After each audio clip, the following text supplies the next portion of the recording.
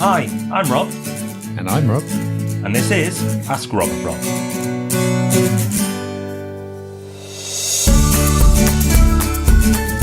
Yes, this is Ask Rob and Rob, the 31st time that one of you lovely people has sent in a question and given us the opportunity to answer it, for which we are very grateful.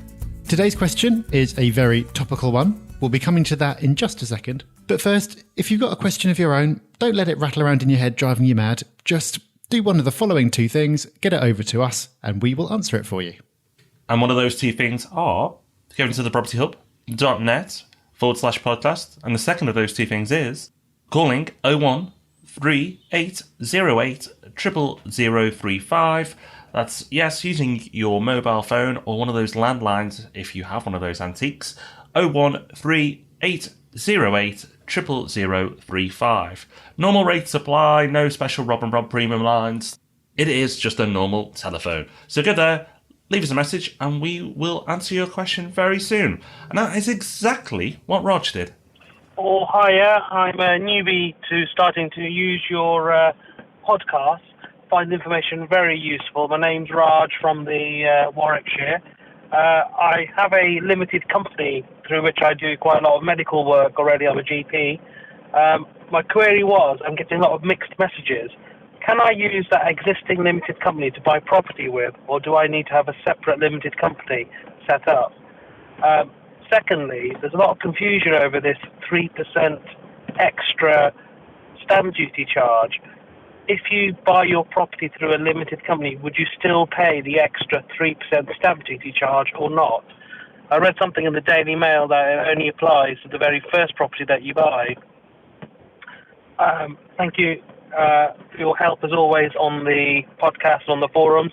And if you can possibly answer this question with your Tuesday morning podcast, that'd be great. Thanks. Bye. Yep, thank you for that, Raj. A question that a lot of people have been pondering recently.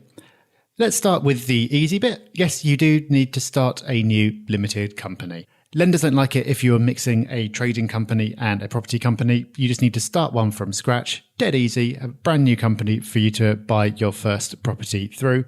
So there's your answer. No challenge at all there. But Rob, once you've done that, people who are in Raj's position of having an existing company can do something a little bit clever. You can. Now, we've covered this before on Ask Rob and Rob. We've covered it on the property podcast. And even better than that, we went ahead and recorded a course on this.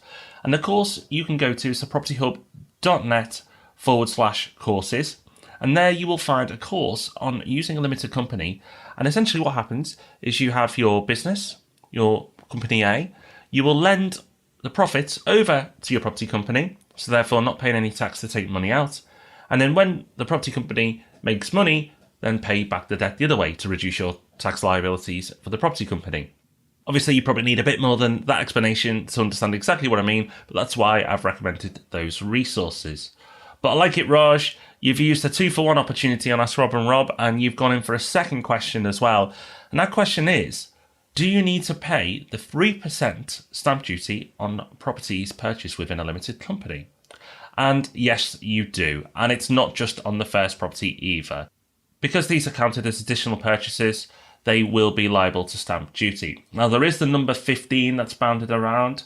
The initial understanding was that once your company gets to 15 properties, you'll be no longer liable for stamp duty. But actually, the thinking is now that actually it doesn't mean that, and it's only if you buy 15 or more at once. Don't know about you, Raj, but I'm not doing that myself just yet.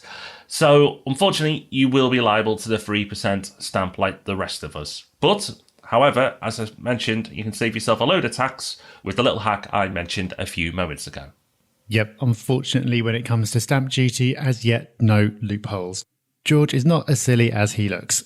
And he does look it. He does, but let's not get personal now, Rob. No. Instead, don't get mad, get educated. The best thing you can do is make yourself aware of all your options. So, for example, the trick that Rob just mentioned, most people don't know about. We cover this kind of thing in the Property Hub magazine. We've done it before. I'm sure we will be doing it again in the future. It's a really great way of sharing knowledge that's a little bit more in depth than we can do on a podcast. So as more information emerges about what's going on, what's coming up, what you can do about it, we're able to share that information so you're not paying more tax than you need to.